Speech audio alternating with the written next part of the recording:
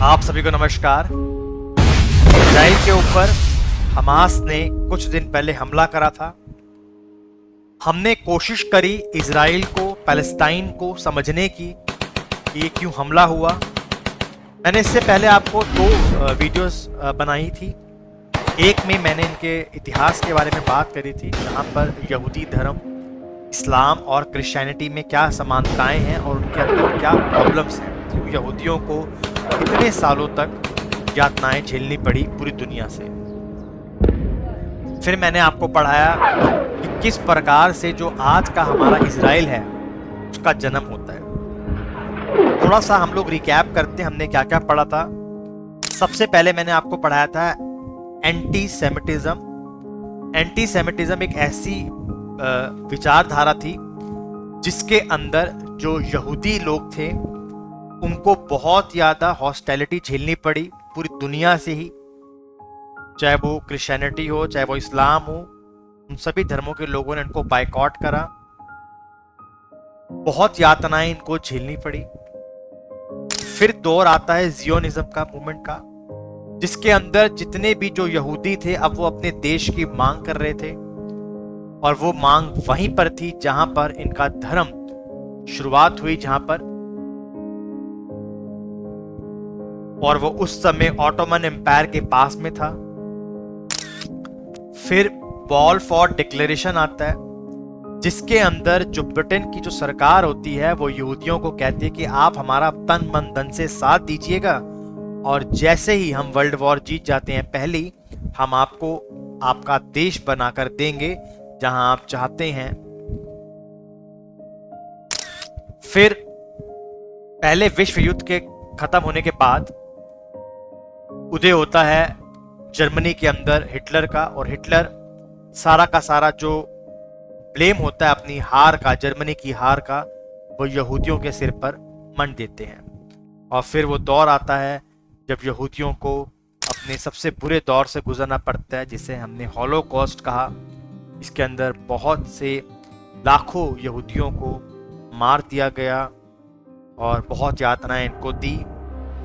और फिर जब द्वितीय विश्व युद्ध खत्म होता है, जर्मनी की हार होती है, यूनाइटेड नेशन एक पार्टीशन प्लान लेकर आती है पैलेस्टाइन का, जहां पर इजराइल एक देश बनकर आता है। तो यहां से हम अपनी वीडियो की शुरुआत करेंगे और देखेंगे कि जो शुरुआती दौर के अंदर, जो शुरुआती दौर था, उसके अंदर इजराइल को क्या क्या मुसीबतें झेलनी पड़ी थी।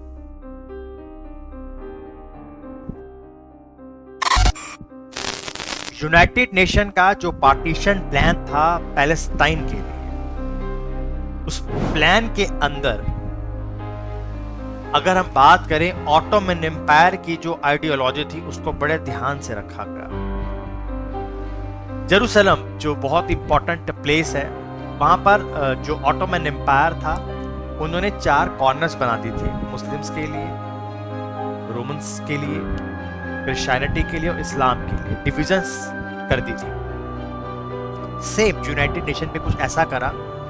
यूनाइटेड नेशन ने एक देश के अंदर 2 अलग देश क्रिएट करना चाहता था। एक ज्यूइश स्टेट, एक अरब का स्टेट जिसको हमने पैलेस्टाइन कहेंगे, और एक जो सिटी ऑफ जेरूसलम थी जहां पर तीनों धर्मों की आस्था बसती है, उसको इंटरनेशनल स्टेटस दे दिया गया।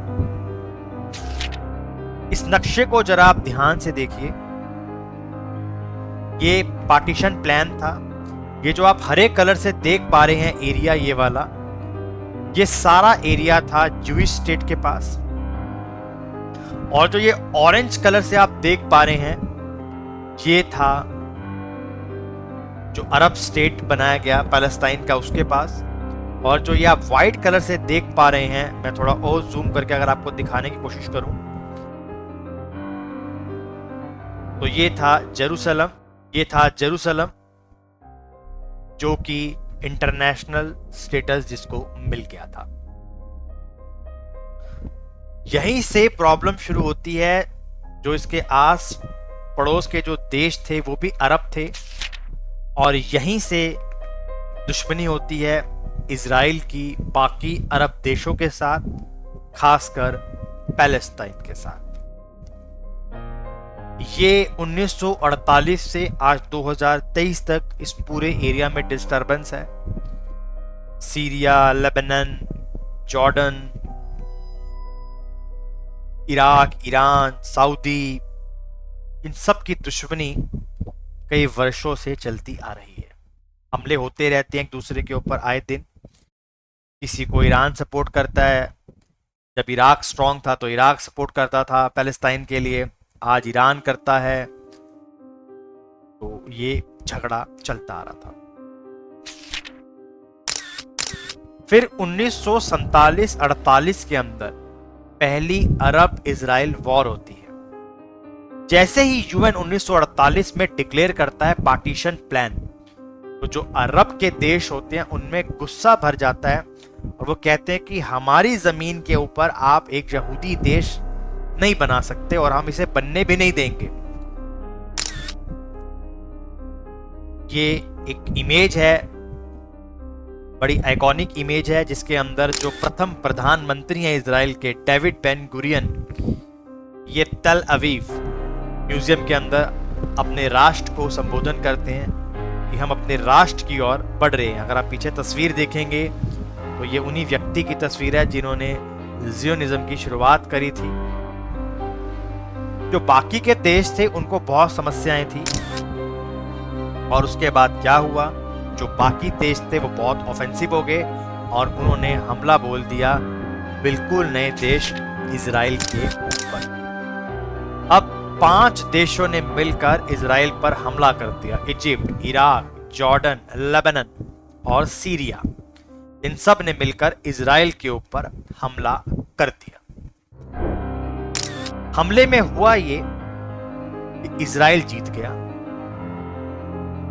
और इजराइल ने अरब की कुछ जगह भी अपने पास हथिया ली। गाजा स्ट्रिप आपने सुना होगा, वो इजिप्ट ने अपने कंट्रोल में ले लिया और जो वेस्ट बैंक का इलाका है आपने सुना होगा, वो ले लिया जॉर्डन ने। लेकिन ये बात सिर्फ 1967 तक रही, क्योंकि इसके बाद एक और युद्ध हुआ जिसमें इजराइल ने बहुत कुछ जीत लिया। उसको हम अपनी अगली वीडियो में पढ़ेंगे कि महज 6 दिन के अंदर किस प्रकार से इजराइल ने पूरी दुनिया के अंदर तहलका मचा दिया था। उसके बाद जब ये युद्ध खत्म हुआ तो पैलेस्टाइन रिफ्यूजीज क्राइसिस आ गया। अब जो लोग इस युद्ध में इन्वॉल्व नहीं थे उन लोगों को अब अपना पलायन करना पड़ा। लाखों की तादाद में लोगों को इधर उधर भागना पड़ा। ये कुछ तस्वीरें हैं, रिफ्यूजीज कैंप में रहना पड़ा, अपने ही देश से उनको निकाल दिया गया। बहुत बुरा मंजर था उन लोगों के लिए।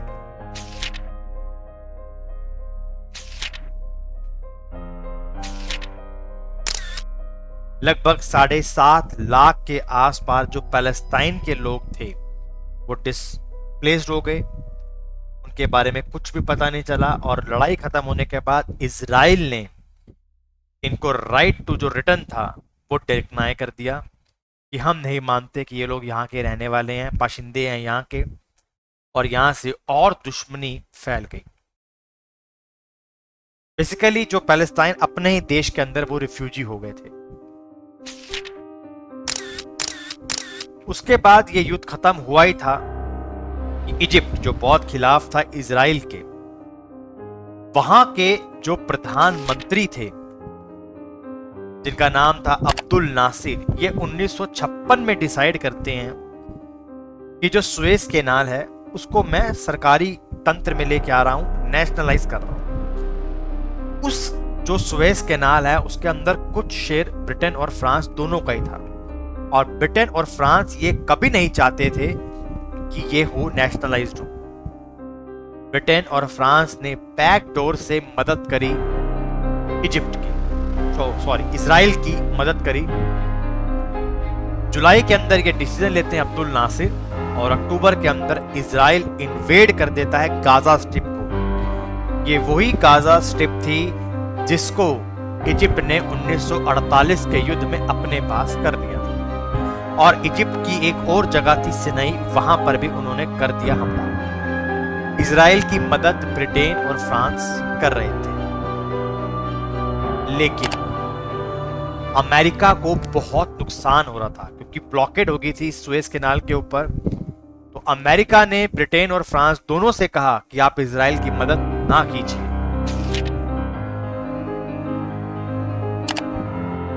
बहुत भयंकर ये लड़ाई चलती है। इजराइल, फ्रांस, ब्रिटेन तीनों की ये कॉन्स्पिरेसी थी कि हम इसको इन्वेड करेंगे। 5 नवंबर तक आते आते हालात बहुत बुरे हो गए थे। अमेरिका इसके खिलाफ था क्योंकि अमेरिका को बहुत लॉसेस हो रहा था। अमेरिका के उस समय के जो राष्ट्रपति थे हाइसेनहावर, इन्होंने ब्रिटेन को अल्टीमेट दे दिया कि आप इस युद्ध में पार्टिसिपेट नहीं करेंगे। हिस्टोरियन ये बिलीव करते हैं कि यहीं से जो ब्रिटेन का जो सूरज था वो डूब गया और अमेरिका बहुत पावरफुल हो गया। और उस समय जो राष्ट्रपति थे इनका नाम था आइजनहावर। 1956 के अंदर ये सुएज कैनाल का जो क्राइसिस हुआ था स्टार्ट, और 1957 के अंदर ये खत्म हुआ था। तो हमने इस जो वीडियो में, अपनी छोटी सी वीडियो में हमने ये समझा कि 48 में जो एक देश बना, उसको जैसे ही बना उसके ऊपर कितनी सारी मुसीबतें आ गई। क्या था वो 5 देश, कौन से थे जिन्होंने इजराइल पर हमला करा? इजराइल ने जीत ली जंग। गाजा पे किसने कब्जा कर लिया? वेस्ट बैंक पे जॉर्डन ने कब्जा कर लिया। फिर किस तरीके से 1956 में इराक के जो थे अब्दुल नासिर, उन्होंने किस प्रकार से सुएज को नेशनलाइज कर दिया। कैसे ब्रिटेन और फ्रांस ने उनकी मदद करी और अमेरिका कैसे उसमें आता है और जंग को रोक देता है। नो डाउट आज अमेरिका एक बहुत बड़ा एलाय है इजराइल का, क्योंकि विश्व की दुनिया के अंदर कहा जाता है कि कोई भी किसी का परमानेंट दोस्त या परमानेंट दुश्मन नहीं होता, केवल परमानेंट इंटरेस्ट होते हैं। तो अगली वीडियो के अंदर हम ये अपना समझेंगे कि किस प्रकार से इजराइल के अंदर जो 6 दिन की जो जंग थी, वो बहुत इंपॉर्टेंट एक जंग है, उसको हम आपको पढ़ाएंगे।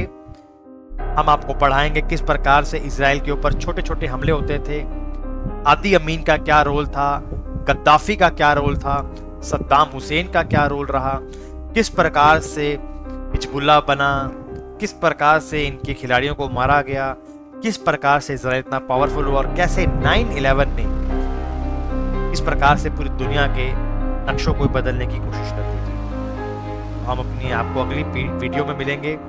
तब तक के लिए धन्यवाद।